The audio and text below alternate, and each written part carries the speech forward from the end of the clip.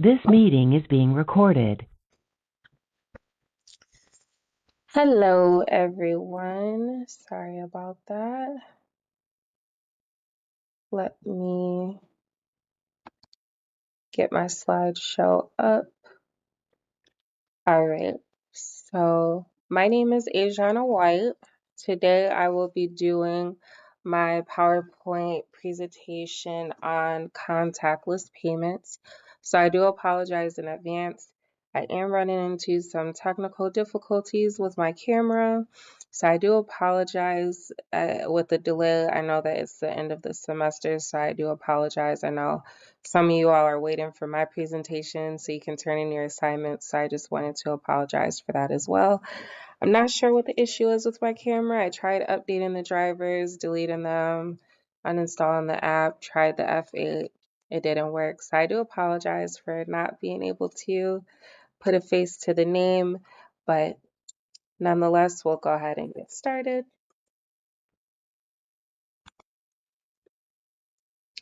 So some of the topics that we'll be talking about today is what exactly is contactless pay and what's the technology behind it. And then we'll also talk about some of the pros and cons of this payment method as well. So what is contactless pay? So contactless pay is when you either tap or insert, or they consider it called dipping your credit or debit card on or into the card reader during the purchase. So contactless pay is something that most of us are familiar with. We've all just about used it before. I know that I personally love it just because I am one of those people where I do tend to forget my card, whether it's in my pocket or a jacket or something of the sort. So I typically use it more in the contactless way of using it via my phone for tap pay and things like that at restaurants or when I go to the store. However, I do also, when I have my card, I do use my tap pay a lot. So I'm not sure if anyone else has ever been a victim before, but I have been a victim of, making the very naive choice of, sticking my card in a gas station pump and, you get a notification maybe a day or two later that, someone has accessed your account or accessed your funds or stole money or so on and so forth. So after that, I do avoid any type of those kinds of transactions as much as possible. And I do rely heavily on my contactless pay now. So, how is contactless pay possible? So, contactless pay is possible through cards that enable the contactless pay method and are enabled with an EMV chip. So, a little fun fact here, EMV does stand for Euro Pay, MasterCard, and Visa. That is something that I was not aware of before I started this research for this presentation.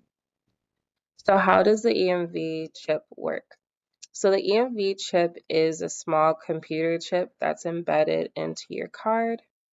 The EMV chip generates a unique code for the specific transaction that you are using the card for and generates a higher level of encryption than the magnetic strip that we are used to seeing on the back of the card. So, just to touch on that, as far as the code that it uses, it does use a cryptographic algorithm to produce that code, and it's only good for that one transaction.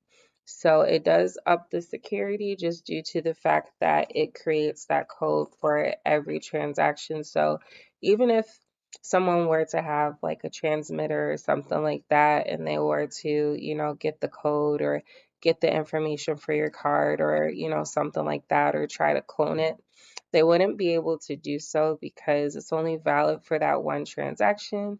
And every single time you swipe that card or you use your EMV chip or you use your tap pay, there's another unique code that's used for each transaction. So that was pretty cool to know as well. So there are two types of EMV cards. There is a chip and PIN, which prompts you to put in your PIN during the transaction. And there is also chip and signature, which requires you to sign your name.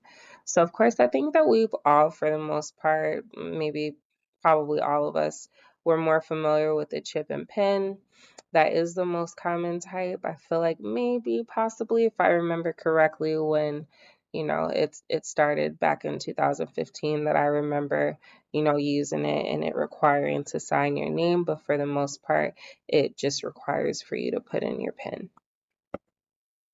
So a couple of fun facts here that I have as well.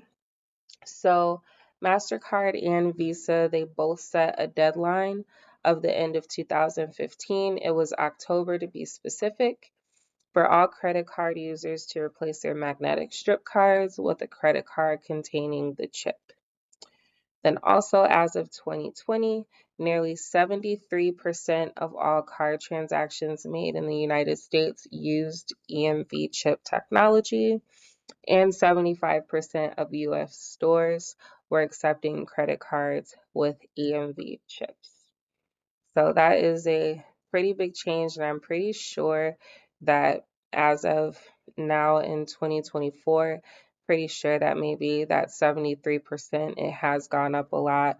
I know that sometimes, you may go in a few different stores and they may not have that capability, or gas stations, or maybe kind of smaller family owned restaurants and things like that. They may not have those upgraded card readers to where you can.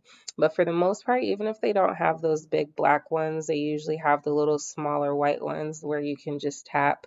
So people are getting used to it. And even if you cannot, some of the gas stations, they've even included the little tap pay at the gas stations as well. So I have seen it a lot more over the past, few years. So what are some of the benefits? Of course, the security, and I did talk about that a little bit, about the code that the EMV chip gives during the transaction, and the fact that it can't be duplicated by a thief. And, even if it is caught, it is invalid for any other transaction. It cannot be used again. Convenience is probably one of the biggest ones, just because the technology has advanced to the fact to where you can either tap your card, insert it, or now we have the ability to use tap pay on our phones and things like that, and not even have to deal with a physical card. And there's virtual cards and, things of that nature. But just having the ability to shop and utilize that is just about universal at this point, minus maybe a few gas stations or older stores and things like that who haven't upgraded the equipment. And even then, for those, they usually do have some type of alternative where you don't have to necessarily swipe your card. Maybe you can create an account and just add your card onto that account and just, make your payments that way so you don't have to swipe.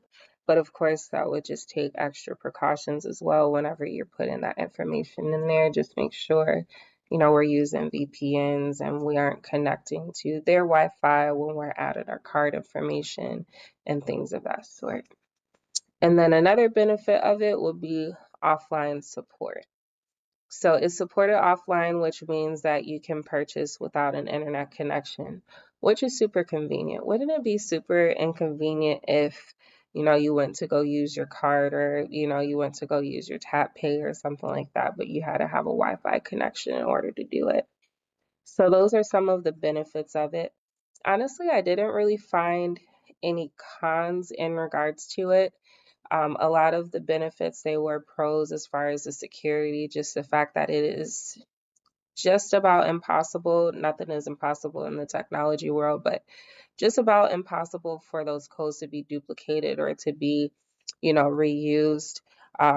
They're a lot harder than the magnetic ones where people, will clone your cards and, all the scamming things and so on and so forth. So I didn't really find many cons to it. maybe except for maybe just not 100% availability.